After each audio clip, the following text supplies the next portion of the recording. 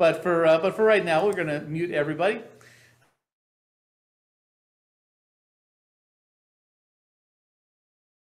I don't want to mute myself.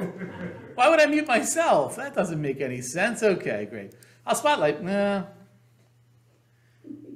All right. So many chances. You guys seeing all that too? Okay, great. Fantastic. So laughter through tears, Jewish humor, even though the authors of the Big Book of Jewish Humor want to convince us otherwise, is a lot rooted in this concept of laughter through tears, of the notion that life is hard, and sometimes being a Jew is hard, and sometimes it's not just being a Jew, it's just life is hard. And one of the ways that we deal with that is by not taking it so seriously, or maybe taking it seriously enough to give it enough respect that we will make fun of it, which is how you know that you really care about something, is if you make fun of it. At least that's what we're supposed to tell our parents, right? And our children, and our neighbors, and all that stuff. So, so we make fun of what gives us pain, and we make fun of what we care about. We make fun because that's part of the human impulse. So we'll start with a little bit of a joke, and I have a through line to tonight's images, by the way. So. These two are great. Imagine that there are two immigrants standing on a street corner in New York City, by the way. Of course, they are not in New York City, and they're not immigrants because they're the Stissel brothers. So the Stissel brothers. Two immigrants meet on the street. "How's by you?" asks one. "Could be worse. And you?" "Surviving. But I've been sick a lot this year, and it's cost me a fortune. In the past 5 months, I've spent over $300 on doctors and medicine. Ah, back home, on that kind of money, you could be sick for 2 years." So, quintessentially Jewish joke. I don't know if it would be funny if they weren't imaginary Jewish immigrants, or if they didn't have big long beards and big hats or anything like that. But this notion of like, "How's by you?" Right? You've got Jewish patter to it, right? You've got the semi-English way of it, surviving, right? Back home, right? So that's a little bit of the laughter through tears piece, right? The immigrants come to America expecting that everything is going to be streets paved in gold. Meanwhile, it turns out that medical care is quite expensive in this country. And I guess was back when this joke was current or something like that. $300. $300 over months? Are you kidding with me? Could do $300 on one visit, half of a visit. Anyway, but that sense of making fun of the difficulties and the sadness of life. So, I don't know if folks have a thought as we kind of embark on laughter through tears. We're going to make our way to the darker laughter through tears at the end. Just giving you your heads up here. But if folks either on Zoom or here in the room have a thought or two to share, and I'll stop my screen share for the moment there, about the concept of laughter through tears. Make a little bit of interactive. So if you're on Zoom and you have a thought, you gotta unmute yourself and just start talking. If you're here in the room, you can wave wildly, and the Zoom people will hear you too. So anybody with a thought about this laughter through tears mechanism? Larry. It's a survival technique. Okay, survival, and again, the joke was surviving. How are you? Surviving, right? Yeah, okay. Others with a thought about what comes to mind when you think about laughter through tears? Okay, Deborah, go for it. Because laughter reminds you of the person that you're missing and you used to laugh with. And it can be in any situation. My mother-in-law and I laughed all night long the day after her husband died because we told funny stories, and it just kept him alive for us. Okay, so the idea that laughter can actually be a little nourishing in moments of pain. So many Shiva houses that I visit are filled with laughter, right? And sometimes it's laughter like somebody's telling a joke because it's uncomfortable in the Shiva house and people don't want to talk about the person who's died, or people don't want to talk about the sadness or about illness or any of those things. And sometimes, more often than not, it's laughter about the individual and funny things about the individual, or even not so funny things, but you're still laughing. So, so great. Dave, go ahead. Okay. It makes you feel better. I mean, there's, release of endorphins with laughter, and they make you feel better. Dr. Zolet tells us, and I believe it because he's got doctor in front of his name, and he's right about these things, that laughter releases endorphins. So if you're feeling crummy, try laughing. There's even this concept that, like, you don't even have to laugh at anything. You can just laugh for no reason. And there is definitely the release of endorphins in that, right? And as far as I'm concerned, it beats the heck out of running. They tell me endorphins are also released in running, right? I'd much rather sit and laugh. I mean, come on, run? I have a rule, by the way. I only run if someone's chasing me. So, okay, great. Any other closing thoughts on kind of the laughter through tears mechanism, Rick? Oh, yeah. And go ahead, and we'll come into the. I had a friend who taught a laugh class, and it was to keep people healthy. Taught a laugh class as in like, it wasn't humor, it was like teaching people how to laugh? It was humorous, and people told stories, but they also just laughed. Okay, just laughed. All right. And Rick? And sometimes you laugh so hard you cry. And that gets us back to laughter through tears, of course, right? Because sometimes so hard that we cry. Great, okay. So going back to my share screen there, and here we go, okay. So, yeah. Oh, yeah, okay, I think we're good, okay. Great, could be verse? Yes. What are you? Oh, now the Zoom people are covering everything. Okay, whatever. We'll deal with those. What's that? Here's one borrowed from Adlai Stevenson, who said, "It hurts too much to laugh, but I'm too old to cry." Ah, okay. All right. Abraham Lincoln, not a Jew. So there we go. Okay.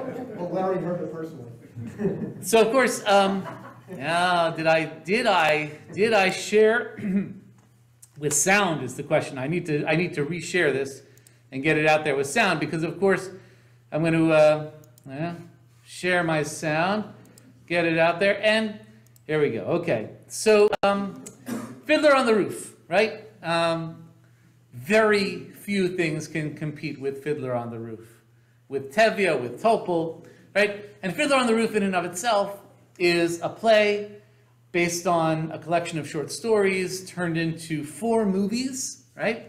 The first of which is the Yiddish movie for Fiddler on the Roof, Hebrew, English, and 2017 Russian movie. I didn't actually know about that until I did a little research in preparation. I'd actually love to know what the Russian language Fiddler on the Roof, is it geared for the Jewish Russian population? Is it streaming on Russian state TV? Like, why Fiddler on the Roof, right?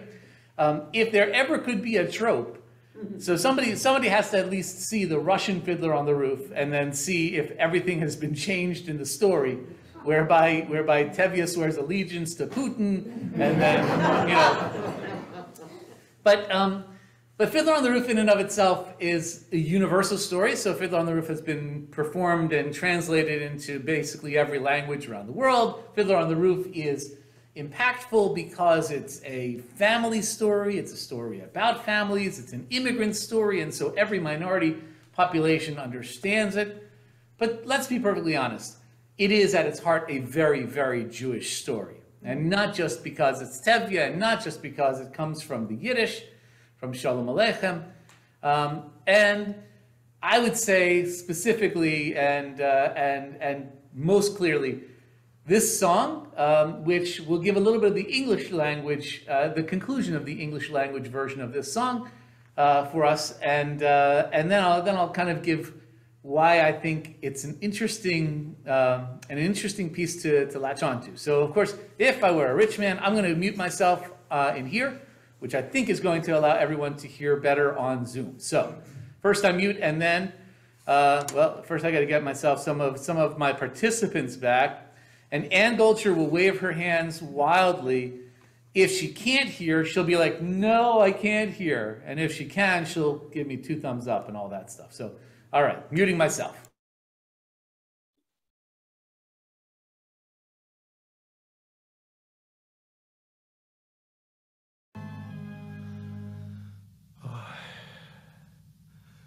If I were a rich man,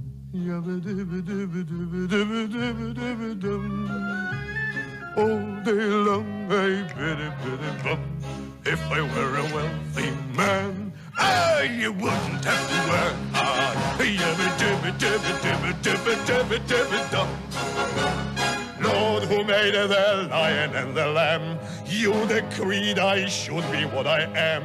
Would it spoil some vast eternal plan? If I were a wealthy man.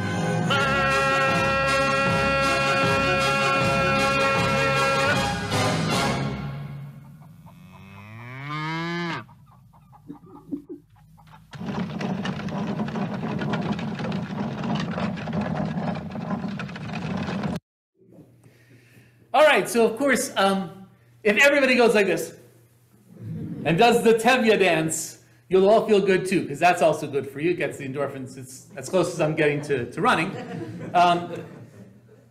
There were a couple of things about that clip, and really specifically where I started the clip. And I'm glad that YouTube actually enabled me to do this. What did I start the clip with? Oy. The exhale, right?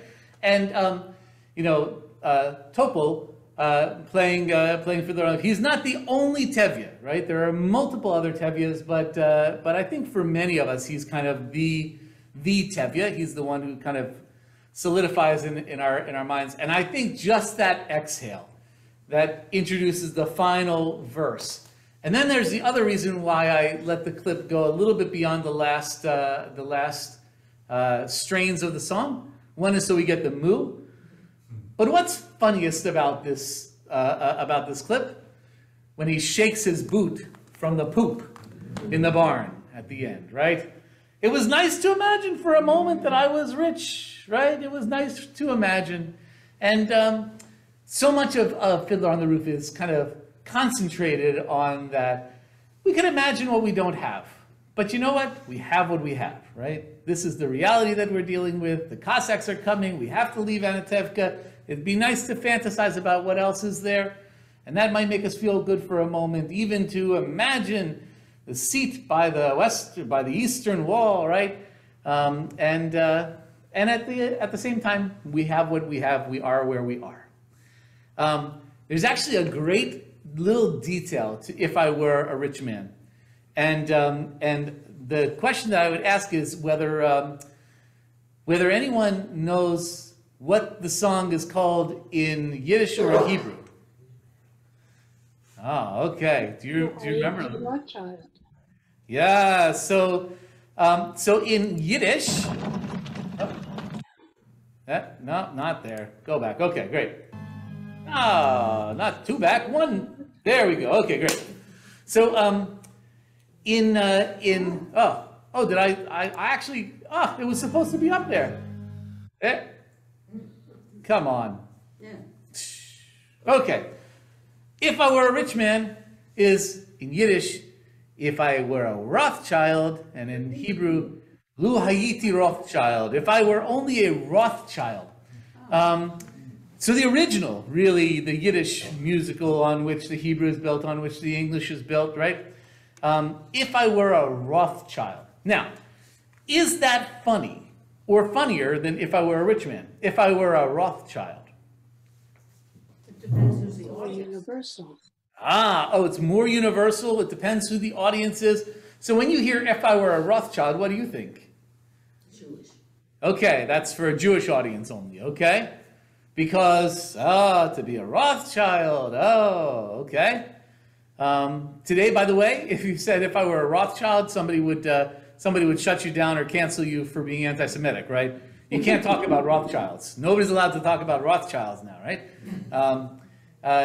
Which is why this next joke actually is particularly good. It's a genuine quip from the wise men of Chelm, and And somebody asked in the first class whether we would talk about Chelm. So Chelm's an actual real town, depending on where you want to place it, but Polandish, right? Chelm is an actual real town, but Chelm is also a Jewish invention of a town of fools, right? There are multiple other cultures that have town of fools as a convention. The Chelmniks are always just hilarious. And one of the interesting things about Chelm is that it's mostly the men who are fools. The women in Chelm are all quite smart. So like the Melamed, the school teacher, the bar mitzvah tutor, right? The Melamed of Chelm told his wife, "If I were a Rothschild, I'd be richer than he." "How can that be?" asked the wife. "You would both have the same amount of money." "True," he agreed, "but I'd do a little teaching on the side." Anybody identify who my passengers in the car are?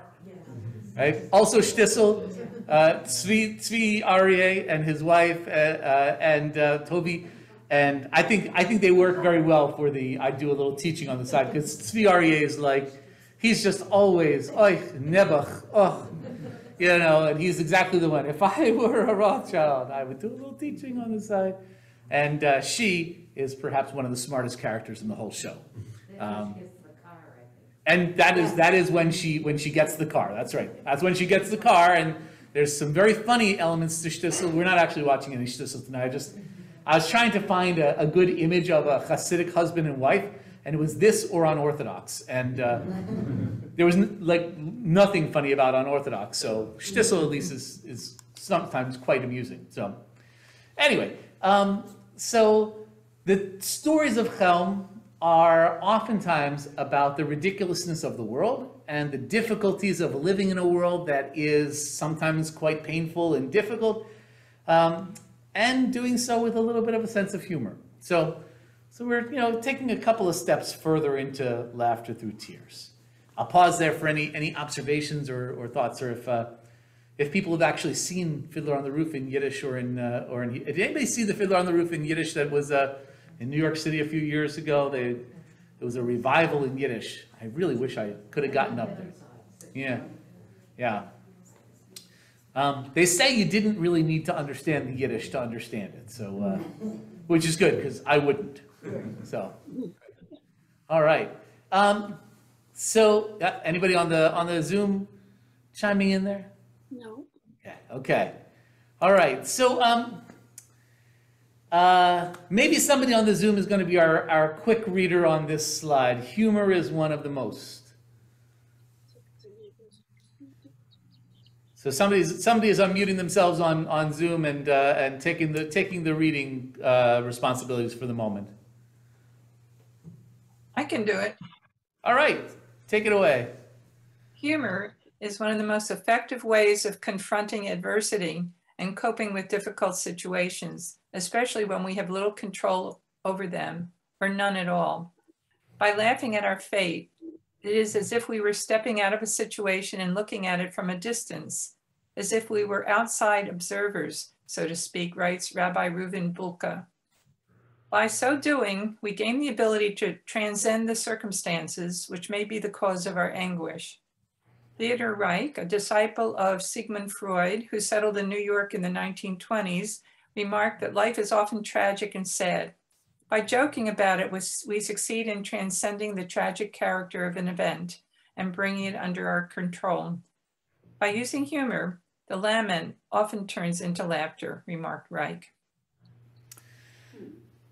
So again, thinking about the psychological nature of what it means to laugh at something that is difficult and hard, and lifting ourselves out of the situation, even if we actually will continue to live in the situation itself.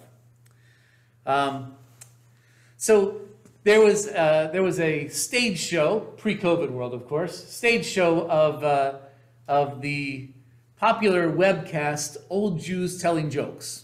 I don't know if anybody saw Old Jews Telling Jokes, right?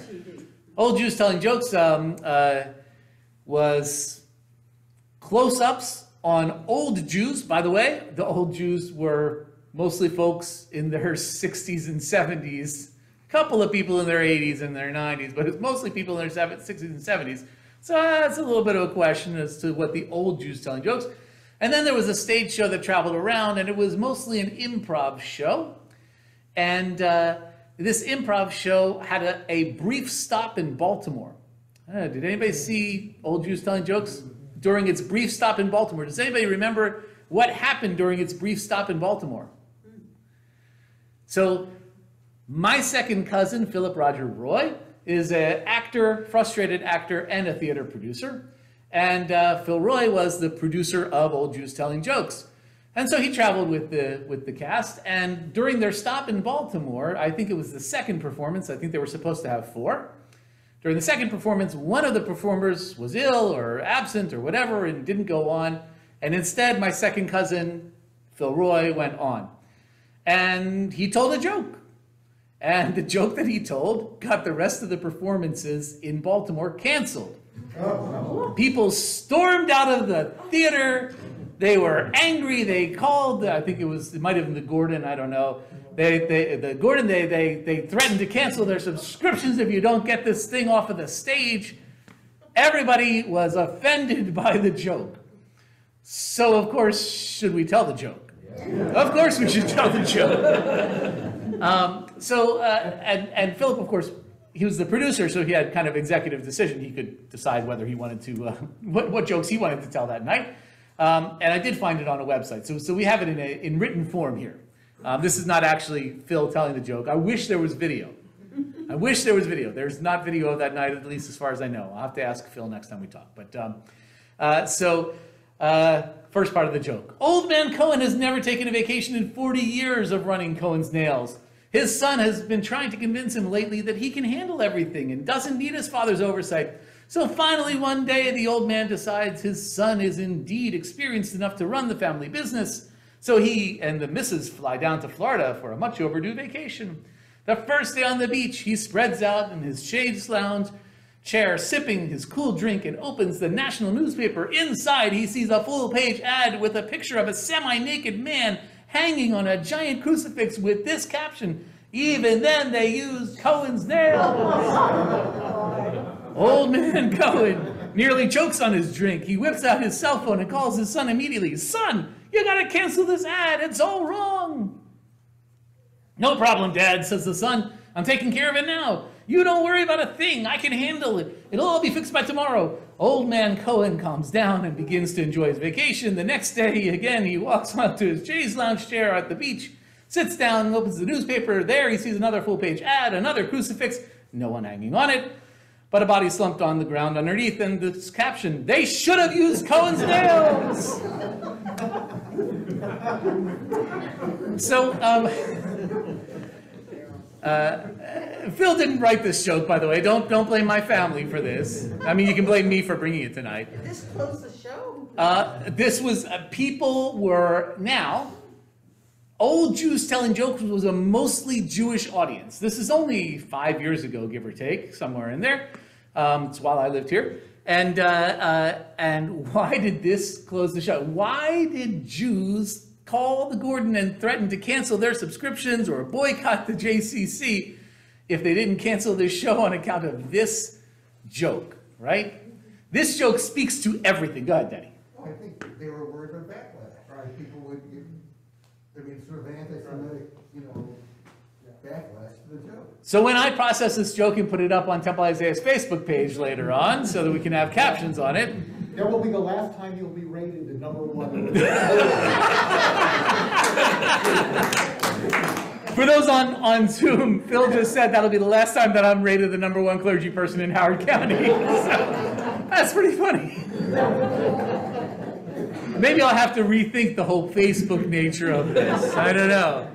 Does that joke make people uncomfortable, right? It is.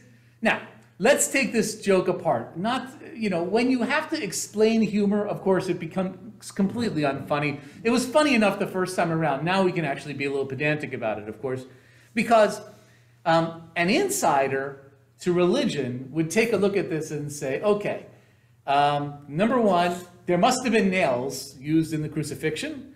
Who would have made the nails? You know, a local Jewish nail shop, of course. By the way, the way that Phil told this joke was that it was actually like 50 years after the crucifixion, not the cell phone on the beach in Florida.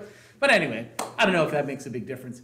But of course, there is a difference, and for Americans, there's a difference between an embodied cross and an empty cross. If you walk into a church and you see a cross with Jesus hanging on the cross, you know that you are in a Catholic or Eastern Orthodox church. Yeah. If you walk in and you see a cross with no Jesus, you know that you're in a Protestant or other affiliated kind of mainline Christian church. And that's a big, that is a theological issue and difference between Catholics and Protestants, who have been occasionally known to not exactly treat each other so well, right? It has occasionally happened that they've come to blows about things. And this is using the gimmick of advertising, by the way, a Jewish trope, advertising, right? The ad man, using Christian pain to get a joke in there, right? To sell some product. All of these things mixing together inside of this joke. And then, of course, the worry of anti-Semitism, right? They should have used Cohen's nails because, of course, who killed Jesus? So, Phil, go ahead. Yeah. Yeah, I'm willing to speculate that if, for all these people that left in disgust and threatened to leave and everything else, that joke was told in their own homes or at some dinner party, that they would all be laughing hysterically, and they'd be going, oh, I can't believe you said that, maybe da-da-da.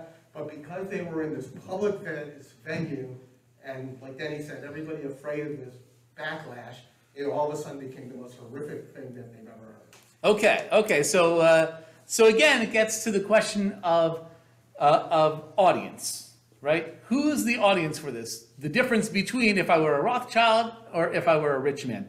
If I were a rich man, everyone dreams of being rich, especially poor people, right? Or rich people dream of being richer, right? But if I were a Rothschild, is inside speak, right? And so this joke around a table might not bring the offense that it brings on a public stage or on Facebook. So, okay, yeah. One more thing, that you'd have to wonder if in the day, you know, if Don Rickles or somebody was up there telling a joke like this, if it would have offended anybody any more than whatever else Don Rickles has said to that person, or Buddy Hackett or anybody else. Okay. You know, once who's doing it and what place you're doing it at. You know, that's got to be careful where you tell things, right? And again, in the recent years, and I would say even more so in recent months, people have gotten awfully sensitive about nobody should get offended, but humor is very often offensive, right?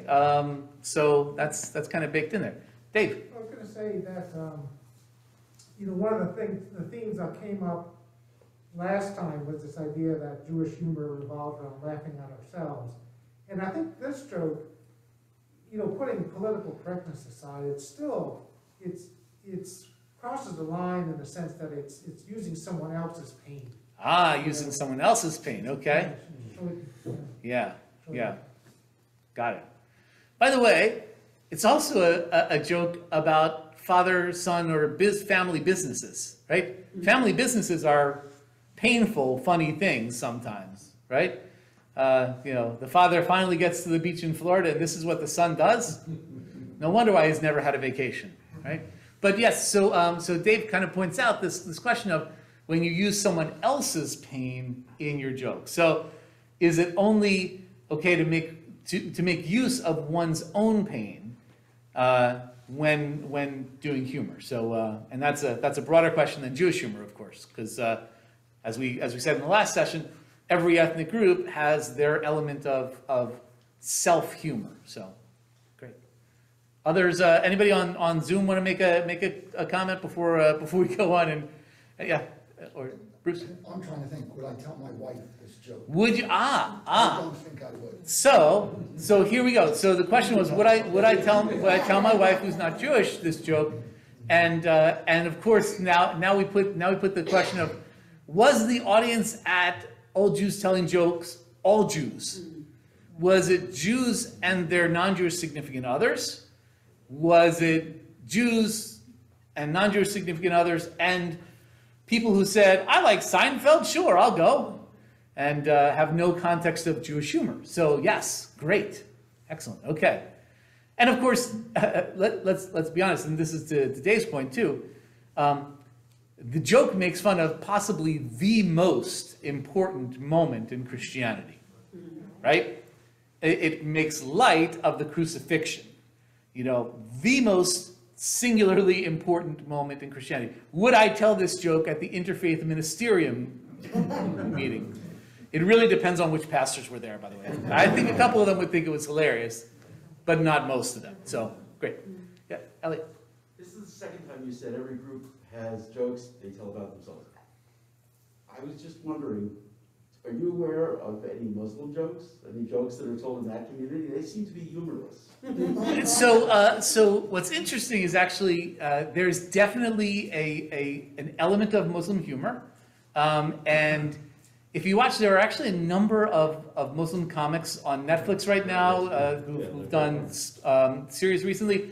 There was a really good one, a Muslim comedian from England who did a show about himself coming to America and just not being funny. Like I think it's called like Big in England or something like that. But it was very funny, and it was very deeply internally gazing about Islam.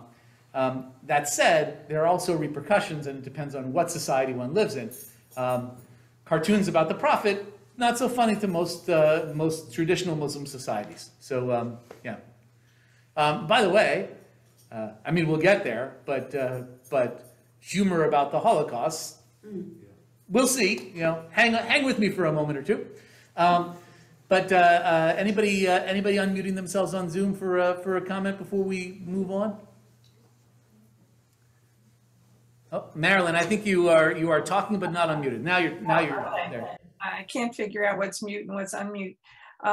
You know, The Big Sick, I think was that the name of the film? It was hysterical. But it, as you said, it's people who are Muslim who can joke about their own. But the people weren't people killed in Sweden because people felt that the image of Muhammad was desecrated. And I don't think that we can really understand the depth of people's anguish when they see their own religion mocked in some way. Yeah. Yes, I agree, and I also like you said, the catastrophic results of people mocking a religion, but in the particular things that we're talking about, if we're talking about the Charlie Hebdo, we're talking about other moments of mocking Islam from an outside of Islam perspective. So yeah. Well, the one thing that's kind of scary about this is that the show was not too long after we were finally absolved of crucifying Jesus.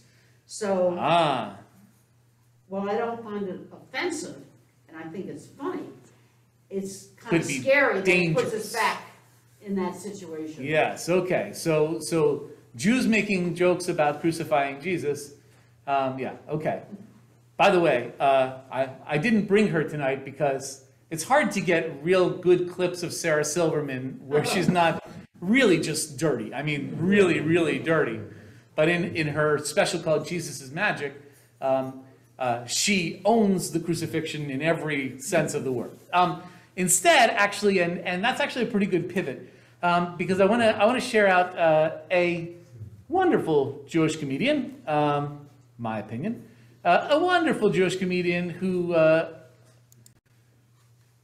had a great special, I don't know, 15 years ago or so, Louis Black, and this is, you know, in that vein. So here is a Jew talking about Christianity from a Jewish perspective. So, like, again, laughter through tears, acknowledging the notion of many, many centuries of persecution, separate from the 20th century. We're talking many, many centuries of persecution. Although Louis Black is actually citing this in a current moment. So I'm going to mute myself and then play a bit of Lewis Black.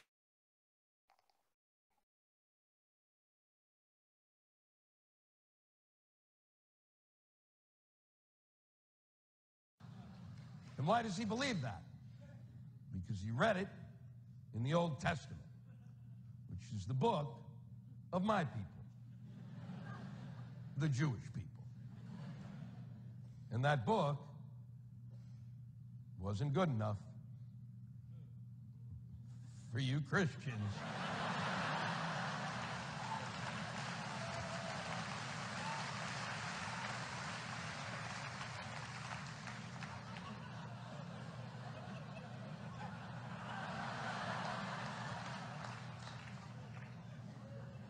Was it?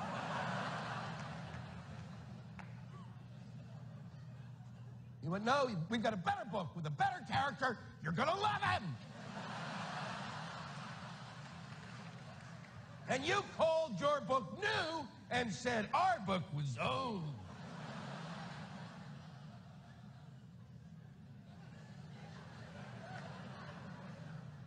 And yet every Sunday, I turn on the television set. And there's a priest or a pastor reading from my book and interpreting it. And their interpretations, I have to tell you, are usually wrong. And it's not their fault, because it's not their book.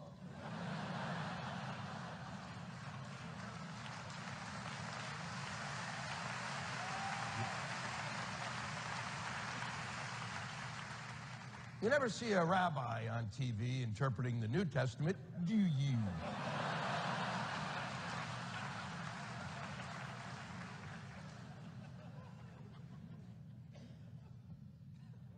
If you want to truly understand the Old Testament, if there's something you don't quite get, there are Jews who walk among you. And they, I promise you this, will take time out of their very Jewy day.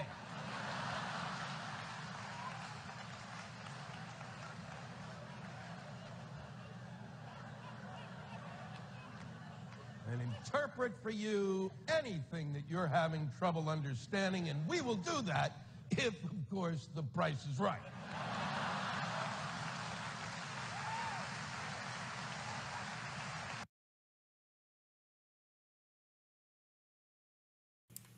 So I love a lot about that clip, and I've watched it many times now. In part, I love the fact that that clip finds Lewis Black really at the height of his career. This is during the Jon Stewart Daily Show days. This was during the George W. Bush administration. Lewis Black was at the very height of his career, and he is in a full theater. And you can almost see him pausing before going into this bit. That's very well thought out. Everything Lewis Black is doing here is every word is thought out, right? And that's why it's meticulous in that way.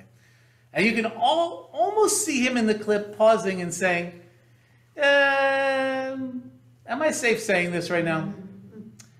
And then he goes there. And this idea of, wasn't good enough for you. You never see a rabbi interpreting the New Testament, and they're usually wrong, right? All of that in there is, in the way that Rabbi Reuben Bolka's quote earlier in the class said, this way of taking oneself out of the history of centuries of persecution of Jews and hovering above it for just a moment to make an observation.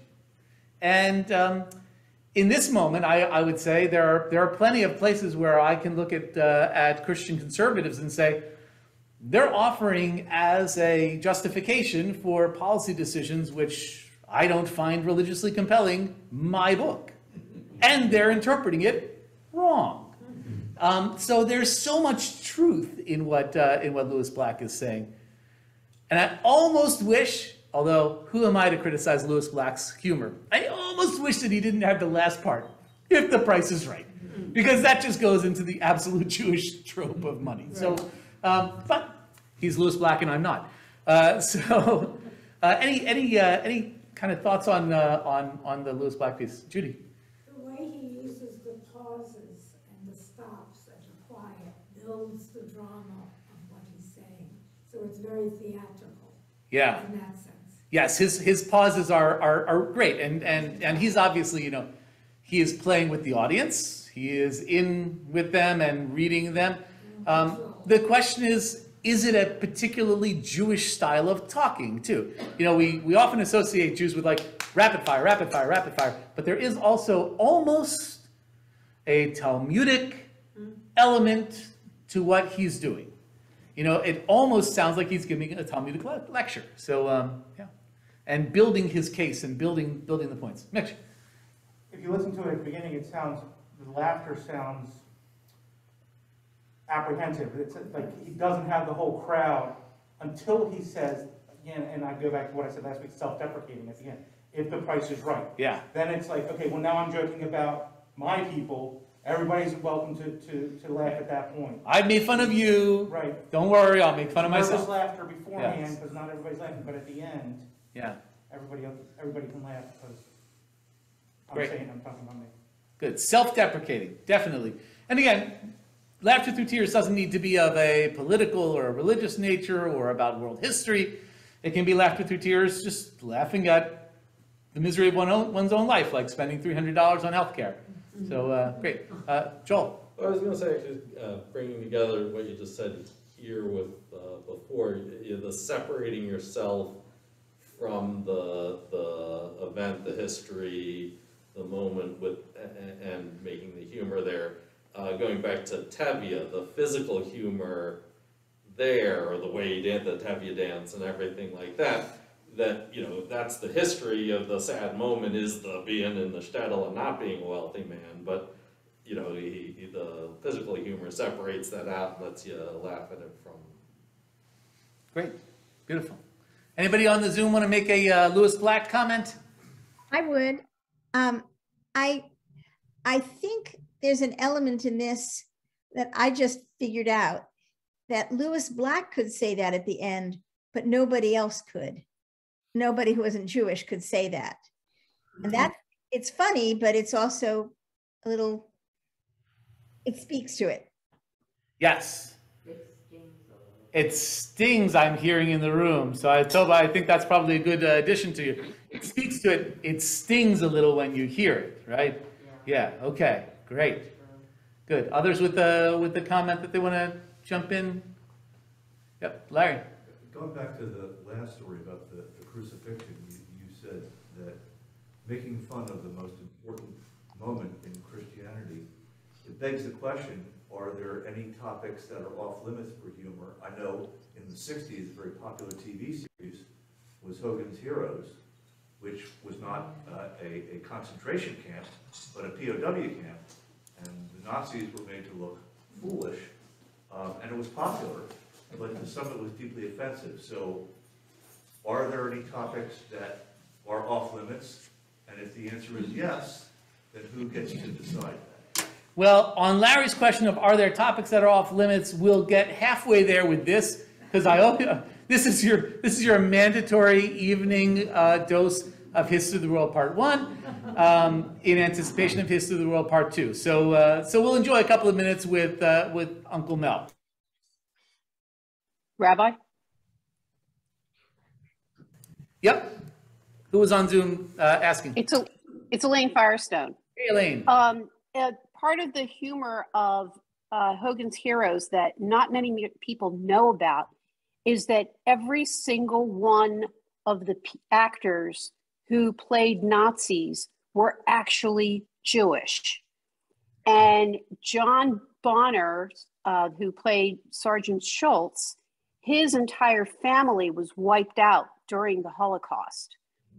And so if you go into the cast of Hogan's Heroes, and you start reading the biographies of the German actors, and they really were German, then you'll see how funny this really is, how ridiculous the Germans were made to seem. Yeah. In a similar moment, maybe even earlier, you get Three Stooges making fun of the Nazis, right? And the Three Stooges who occasionally slip a Yiddish word in there just for fun, who clearly came from deeply Jewish backgrounds, but very consciously made their public humor not at all identifiably Jewish, kind of slide in there with the lampooning the Nazis. So great. We're going to get there in just a moment, but first we got to give a little Mel Brooks.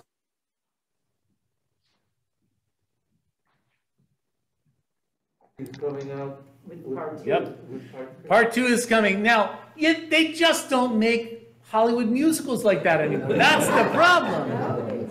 With coordinated swimming and and the stage and the dancing and all that, and all of the historical content, by the way.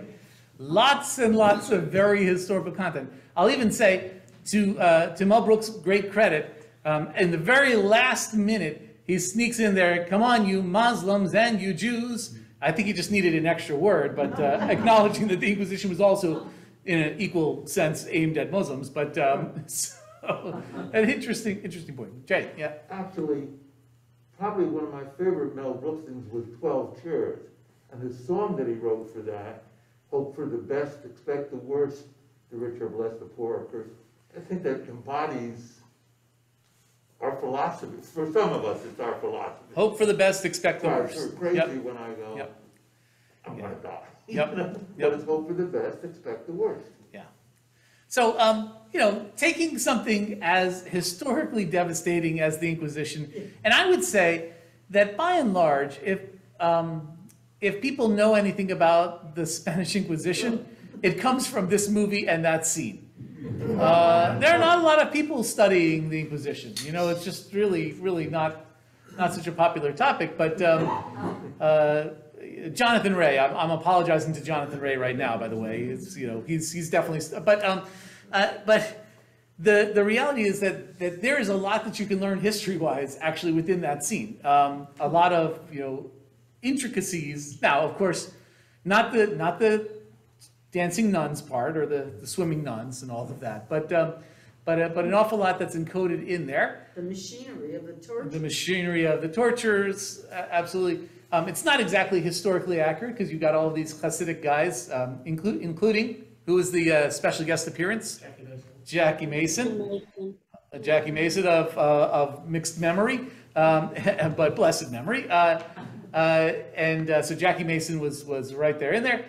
So you got all of the typically Eastern European Jewish tropes in there to represent the Spanish Jews who were slaughtered wholesale in the Inquisition. But lots and lots of good historical accuracy in there for a very bad time. And again, it was certainly the first time I'd ever heard of the Inquisition, and then had to learn a little bit more. So I mean, when I first saw this at an inappropriately young age. That's what I mean. So, great. So the question that was asked is, are there topics that are necessarily going to be off limits? And there we go. So the book title here, Laughter After, by the way, is a genuine book exploring humorous treatment of the Holocaust. So just a couple of quotes from within here.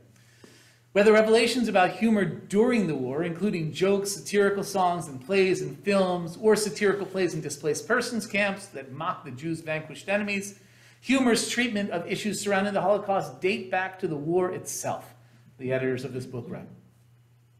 Humor also opens up a space for comedians to explore what they see as the hypocrisy of new conventions like Holocaust tourism, forced artificial sadness in memorial spaces, and real concerns over the politicization of Holocaust memory, says the author as well. So there was humor in the camps. It is well attested. I'll tell you a joke. This is a joke, by the way, that was told in the camps. This is from historical, well-researched. This joke actually was told in the camps. Shlomo and Moshe are part of the underground, and they've been given the task of assassinating Hitler. And so they've studied his motions, his movements. He was extraordinarily precise. The very moments on which specific days his car exits from this place, arrives at that place, how he walks from the car to the door. They've come to the conclusion that they're going to assassinate him when his car arrives at precisely 1:44 p.m. in the afternoon on this precise corner where he always arrives. They train for weeks. They get hold of a homemade gun. They stand. They case the area. They stand on the street corner. They're there early. 1:35, 1:40, 1:44. They're getting nervous. 1:45. No Hitler. 1:50. 2:15, Shlomi turns to Moshe and says, "Oi, he's late. I hope nothing terrible happened to him." Actual joke told in the camps, by the way, right? So, so the question of dealing with something as horrific and as terrible as the Holocaust through humor has come up, and you know, in Laughter After they kind of trace the humor to My Beautiful Life. Yeah, it's a Beautiful Life, I think it's called. Yeah, the Italian film, which was brilliant. I mean, just brilliant. Life is beautiful. There we go. I knew you were going to get to it eventually. Life is beautiful. We would play a clip, but it takes too long because it's Italian and it goes on for forever. But if you've never seen it, Life is Beautiful is this wonderful, wonderful, very touching movie. Which is also very funny. It's not, you know, created specifically for a Jewish audience or by Jews, but it is posing the idea that a father keeps his son alive by convincing him that the camp that they're in is actually all a game, and that they're part of this whimsical game with the guards. It's quite a beautiful. Less of a beautiful and sensitive treatment is this one. And I always want to go here because I think there's a lot of wisdom in this clip here. So we're not going to do too much more, I promise. But we do have to do Larry David's Curb Your Enthusiasm, Dinner with a Survivor. Anybody remember this clip? Yeah. Oh, a couple people already remember it. All right, if you don't, here we go. Here comes Larry. The Rabbi. Oh. I got to mute myself first and then hit play. Said he's bringing a survivor tomorrow. Should I have my father bring his friend Solly, who's also a survivor? You know, the guy with the glass eye? Oh, right. Remember him? Yeah. You think that's a good idea? Do survivors like seeing each other? Do they like to talk about old times, or does the sight of another survivor depress them? I think you should invite him. Invite him. I guess if I was a survivor, I'd want to see somebody. You want to see somebody you know, you have a shared experience. Yeah, talk about, well, see, that's the thing. Do they want to?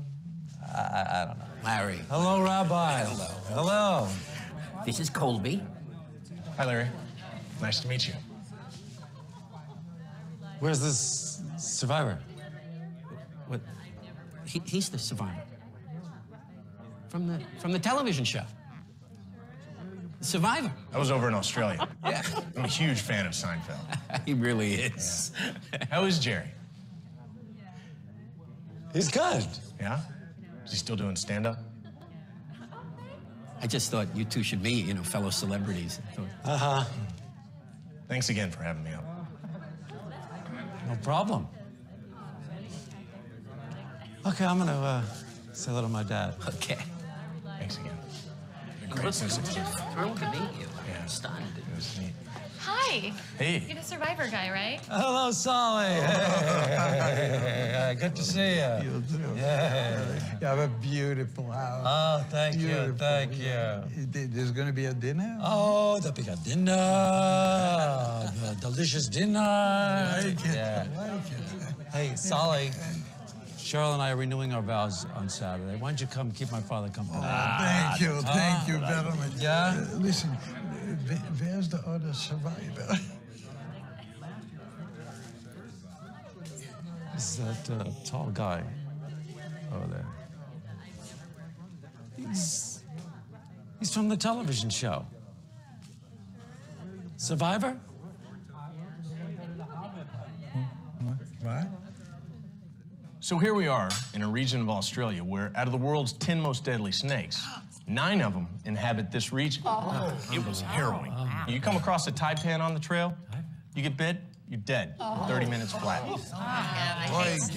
tell you, that's a very interesting story. Let me tell you, I was in a concentration camp. You never even suffered 1 minute in your life compared to what I went through. Look, I'm saying we spent 42 days trying to survive. We had very little rations, no snacks. Snacks? What are you talking snacks? We didn't eat, sometimes for a week, for a month. We ate nothing. I went from home. I mean, I couldn't even work out when I was over there. They certainly didn't have a gym. What? I mean, I wore my sneakers out, and then the next thing you know, I've got a pair of flip-flops. Flip-flops? We slip on the ground, on the dirt, okay? 118 degrees during the day, 98 at night with 98% humidity. 45 degrees below zero. Did you guys have a bathroom? A bathroom? We didn't have one. We had 12 people at a time would go and shit. Well, I'm sure you had toilet paper. We had newspaper. We had mosquitoes. We certainly didn't have mosquitoes. You see this glass eye? Huh? Have you even seen the show? Did you ever see our show? It was called the Holocaust. Look, all I know is I was damn close to that $1 million, all right? And the whole time, everyone's backstabbing me and undermining me, trying to get me kicked off the show. You don't aggravate yourself here. About survival. I'm a survivor. I'm a survivor. I'm a survivor. I'm a survivor. I'm a survivor.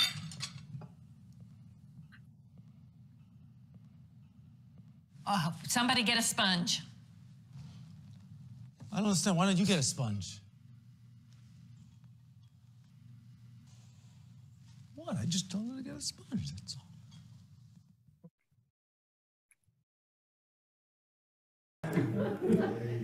You know, I don't know what it was like in the writer's room when they conceived of this episode, but there was definitely at least somebody who said, really? Now, I will say that at the very same time that this episode was coming out, many rabbis, myself included, I was a rabbinical student at the time actually, were just offended by the notion of a TV show called Survivor. And as Yom HaShoah came around, we're saying the most popular TV show in America today is called Survivor because they're existing in a place where there were snakes and trying to win $1 million and all this. But this piece of comedy actually became most amusing to me in a moment when I sat and watched a panel of blessed and beautiful souls who were Holocaust survivors. And if you ever watched a panel of survivors, you probably saw something like this. You suffered? Oh, no, I suffered. Oh, no, I suffered. And this kind of suffering competition, just like what happens at the dinner party, was sometimes something that happens amongst people who have suffered so terribly that there's that desire to compete in that. And when I saw it, I thought about this show and I said, maybe that's what triggered it. It's amusing, it's funny, and it also lambasts the ridiculousness of an idea of a TV show called Survivor. I want to give just a couple of more pieces, and I know we're getting kind of late. So just because I think it's important to go into other pieces of American culture, and because I know that my friend Larry Gordon is here. So first, just a short clip. This is Borat, by the way. Borat is one of the fictitious characters created by Sacha Baron Cohen. This is not from the Borat movie. This is actually a predecessor to the movie when Borat was invented for the Ali G show, when the Ali G show came to America. And I'm explaining it too much already. It's not going to be terribly funny. But Borat is from Kazakhstan. He is a reporter, and he goes around to interview people and to do ridiculous things, like write a country song at the Grand Ole Opry and go and perform it at a local bar, which is where we find Borat today.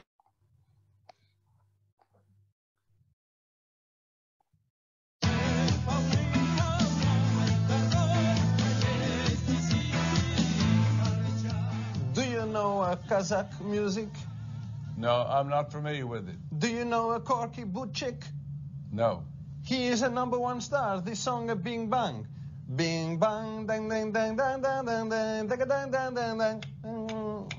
Bing bang bang dee da da da da dee da dee da dee. You know this? I do not know that, no. Please, Mr. Wagoner, can you teach me how to write a country song? I'll try. I'll tell you some tips that maybe would help you. It is a story about my first wife, Oksana. This is a song about my wife before she died. How did she die? She died in a field. Bullet from a hunter. Because an accident of her size, he think she a bear because she have much hair on body too. Okay, yeah, okay. Go ahead, excuse me. My sister make my family very proud. Should I write about her? Sure. She was voted by Almaty Chamber of Commerce as a best sex in mouth. She is number 2 or 3 prostitute in country of Kazakhstan. But that's wonderful. Yes. That's great. Yes. Because that's a talent too. Yes. You know. All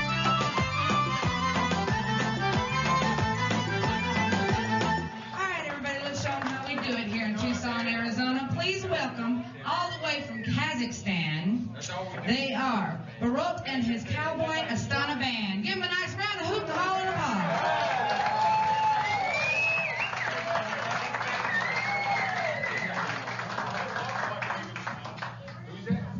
This is a song called "Не могу zrobić domofon." It's been in my country, there is a problem.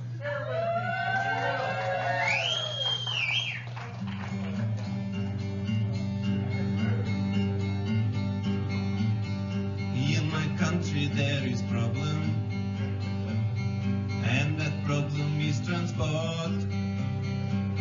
It take very, very long, because Kazakhstan is big. Throw transport down the well. Come on! So my country can be free. So my country can be free. We must make travel easy. Then we have a big party. In my country there is problem, and that problem is the Jew. They take everybody's money, they never give it back. Throw the Jew down the well, so my country can be free. You must grab him by his horns, then we have a big party. If you see the Jew coming, you must be careful of his teeth. You must grab him by his money, and I tell you what to do. Everybody, throw the Jew down the well, so my country can be free. You must grab him by his horns, then we have a big party. Throw the Jew down the well, so my country can be free. You must grab him by his horns, then we have a big party. Thank you.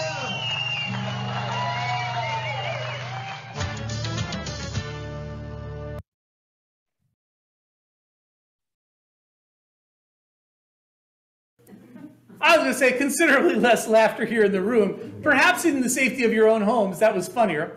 Or maybe it was just, as Sacha Baron Cohen himself has explained it, one of the most terrifying moments of his life. Now, I promise you, well, of course, comedy is in the eye of the beholder. There's an awful lot of funny to Borat. And watching that scene for the first time, I will admit that I laughed quite a lot. Watching that scene repeatedly thereafter, it is as terrifying as it comes, because this is not 1939. This was 1999, somewhere in there, I think, somewhere. This was America. As Sacha Baron Cohen writes, you know, much of his humor and comedy is based on the notion of going in as the persona and never breaking the persona. So he went into this country bar to play this song without any expectation that necessarily people would sing along with him. but they started to sing along with him. And then the one woman makes the horns. And then everybody hoots and hollers. And then he realizes he is a British Jewish boy in the middle of this bar.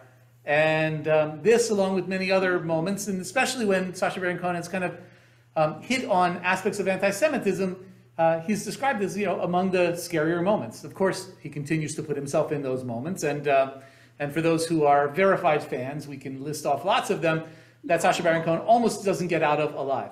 Now, the thing about Sacha Baron Cohen is much of what he's doing in his humor, and you can find it funny or not, is in order to truly take the worst of human impulse and to expose it and to bring it out into the open, because, there's no better disinfectant than sunlight, as it were, right? Sacha Baron Cohen himself, a extraordinarily well-educated young Brit, who at Oxford did his dissertation on the Jewish role in the American civil rights movement. He has spent a lot of time thinking about and wrestling with these themes of anti-Semitism inside of his comedy, and the ways in which he plays with, especially as the Borat character, but not only as the Borat character, the ways in which he plays with the legacy of the Holocaust, and the legacies of racism and homophobia, and all of these things that make people squirm an awful lot.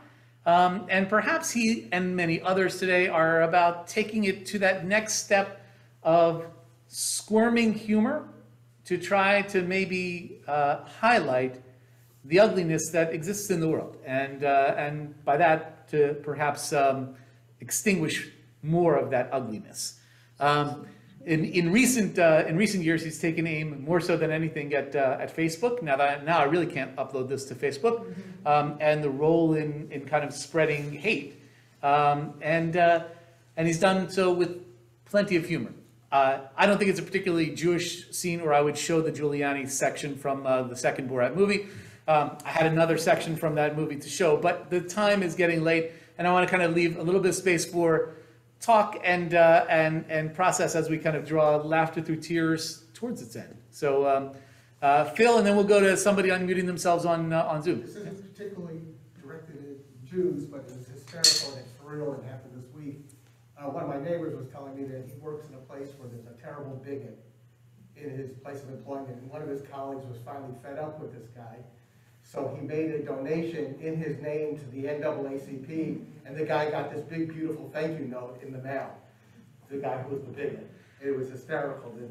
That's how they paid this guy back. So utilizing the power of a humorous donation to an organization that you support in order to highlight in order to highlight the ugliness of the individual who's a bigot. All right, great. Anybody else on the Zoom for final thoughts on Laughter Through Tears and whether there is a step too far,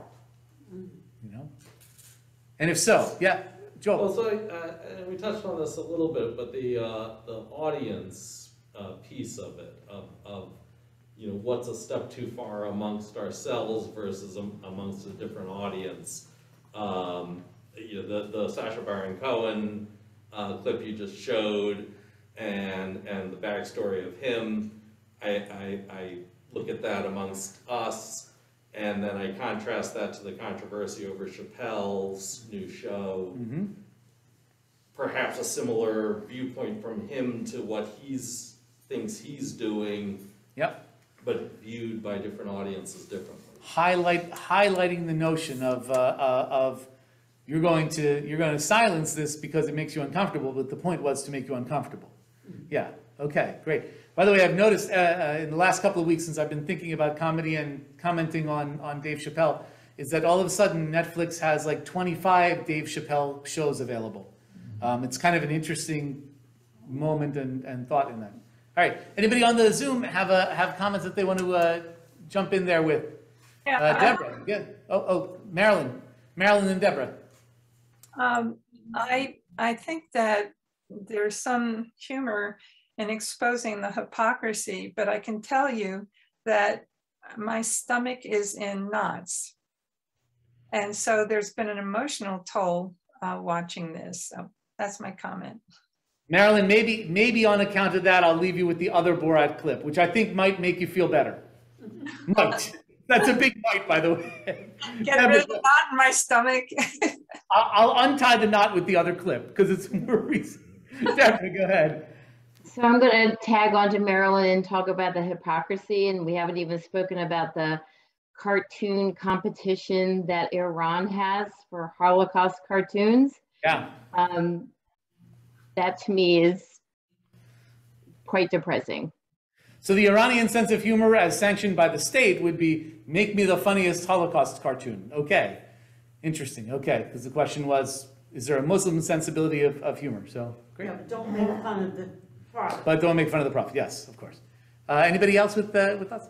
I feel very much the same way that Marilyn does. So I think that, like, the history of the world and kind of making fun of hundreds of years of brutality, I think you're not really exposing it to people who are ignorant. And the Borat thing, I think it's kind of funny until I realize what it really is, because those people in the room aren't going to be introspective about any of this. So to me, it just isn't funny. Until, of course, they see themselves on HBO and then on YouTube, and then they sue and they lose their suits because if Sacha Baron Cohen's group is anything, they're very good at treading inside of the lines of legality. Yeah. So basically, pretty consistently, all of the suits, and there have been many suits leveled against Sacha Baron Cohen from people that he's lampooned. Just about everyone he's won, including his most recent ones this summer. So I feel an obligation to leave us on a funnier note, and you all will determine whether it's funny or not. But well, I guess you will. This is a piece. We'll ignore the Sacha Baron Cohen pieces for a moment.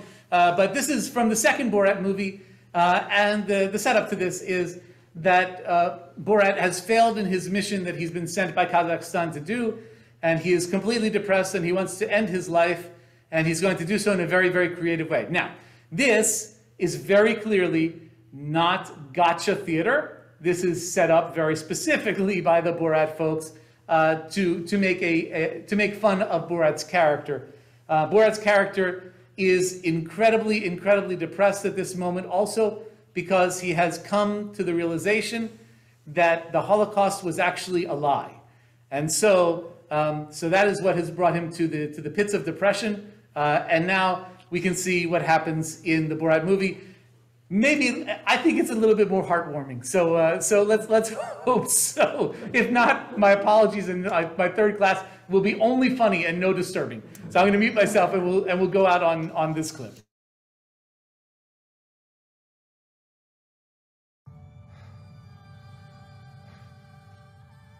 My mission had failed, and I had learned that the Holocaust was nothing but a fairy tale.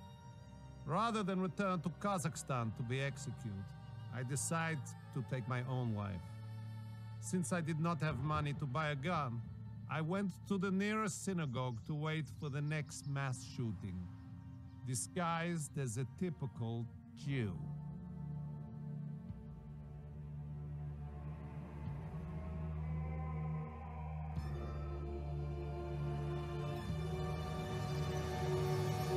Hello. Yag Shalom. Jew. Yeah, I'm Jewish, yeah. Very nice weather we have been controlling. You are Jewish? Yes. No, you are not Jewish. Listen, don't be afraid of me. But please don't eat me alive. Do I look like I eat people? I'm an old good woman. Yes. Look at me. I'm Jewish. Do I have a long nose? Look at me. No. You can touch my nose. What? Look at me. You see, is it long? No, it's a small one. Exactly like your nose. Look at Doris. Does she have a long nose? A little bit bigger than yours. So we are normal, exactly like you. Okay, then use your venom on me and finish me. I am very depressed. Can I give you a hug? Don't. Don't kill me. I will not kill you. Let me give you a kiss. You see, I give you a kiss and you're still alive. For now I am, but maybe the venom take longer. Oh, come on, you will be okay. I'm hungry. You are hungry? Yes. Good, huh? Very good. Very good, huh? Mm. I want to hear your story, my dear. This is the worst story that ever happened to any human being or Jew. I came here on a simple mission to save my country by delivering a #1 Televisky star, Johnny the Monkey, as a gift to Michael Peltz. And I'm sure you figured out what happened next. My daughter had smuggled herself into the crate, and yes, you got it, she'd eaten the monkey, although I believe he'd probably eat himself. There are bad stories out there. Listen, you want to hear my story? When I Yes, was what a is little your child, story? I was in the Holocaust, you see me? I was in the Holocaust. The Holocaust? Yeah, You were in the Holocaust, but the Holocaust never happened. But I saw it with my own eyes. So the Holocaust Happened. happened? Yes. Really? Really? It was not a fake? No, no, my dear. It really happened. Thank you, Judith. You made me so happy. Thank you. Thank you for giving me faith and hope again. Let's make love instead of war. Hold on, one step at a time, Judith. The Holocaust happened. My culture was right. I have to find my daughter immediately and deliver her to Giuliani. So hopefully that made people chuckle just a tiny little bit more than throw the Jew down the well. And I do love the women who voluntarily came in to meet with Borat, knowing exactly who he was, and then shared a bowl of matzo ball soup with him. So, and of course you have to be paying slight attention to realize that he's so encouraged and happy in life because he realized the Holocaust really happened.